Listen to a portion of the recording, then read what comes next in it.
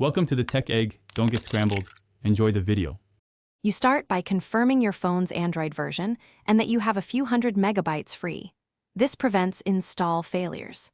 Once done, connect to a stable Wi-Fi network and temporarily disable VPN or data saver so downloads aren't interrupted. Then open the Google Play Store and search for Android Auto.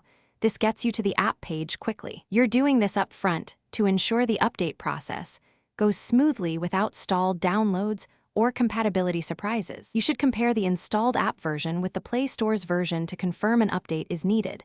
That helps avoid unnecessary steps. Next, tap Update on the app page or go to Manage Apps if the button is missing and force an update from there.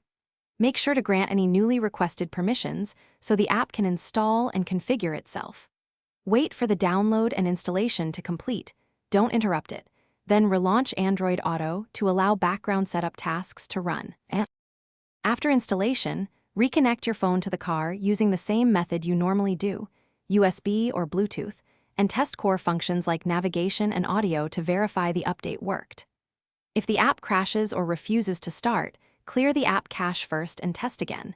If problems persist, reinstall Android Auto. Also restart both your phone and the car head unit once the update finishes to clear residual state. This sequence fixes most issues and gets you back. Thanks for watching. Consider subscribing if I helped unscramble your problems.